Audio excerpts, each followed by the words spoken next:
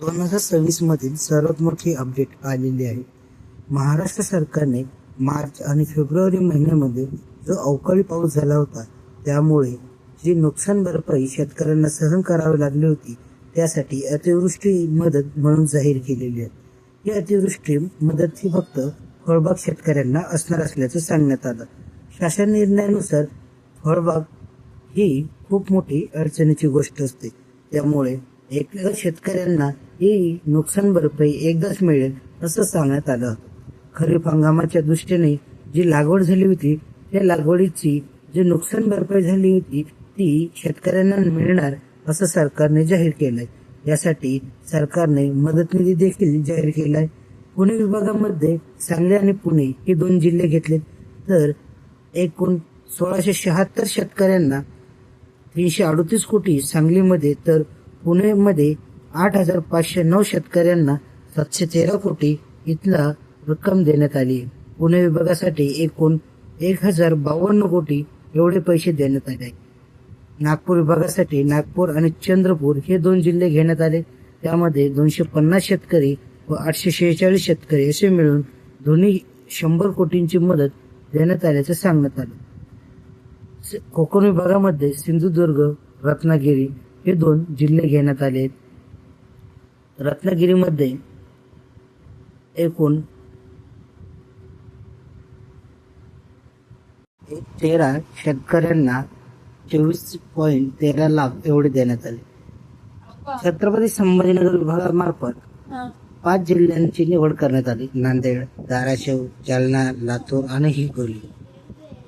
यापैकी नांदेडमधील 496 फळबाग शेतकऱ्यांना 23.68 कोटी, धाराशिवमधील 3315 कोटी 339.36, जालनामधील 2857 फळबाग शेतकऱ्यांसाठी 252.90 कोटी तर लातूरमधील 156 शेतकऱ्यांसाठी 21.25 एवढी देण्यात आली.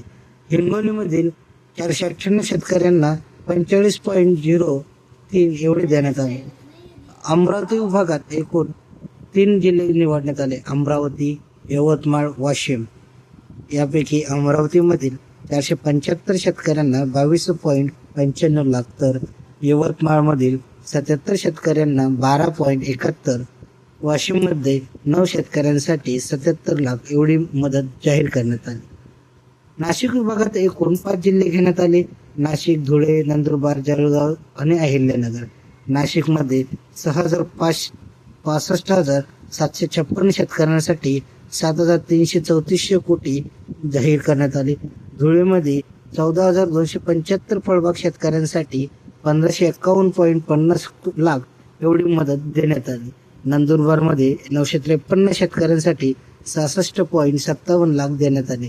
जळगावमध्ये 37,991 शेतकऱ्यांसाठी 3114 कोटी.60 लाख एवढे देण्यात आले.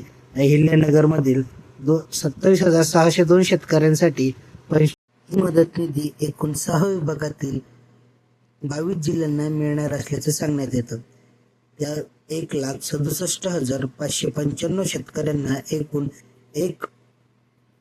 164 कोटी 83 लक्ष 44,000 एवढी ही राशी असण्याचं सांगण्यात आलं.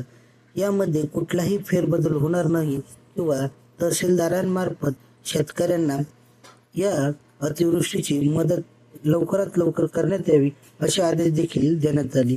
ही मदत 2023च्या अन्वयानुसार देण्यात येणार असल्याचं कळण्यात येतं. डीबीटीद्वारे शेतकऱ्यांच्या खात्यात ही राशी जमा होईल असं देखील सांगण्यात आलं. त्यामुळे फळबाग शेतकऱ्यांना ही मदत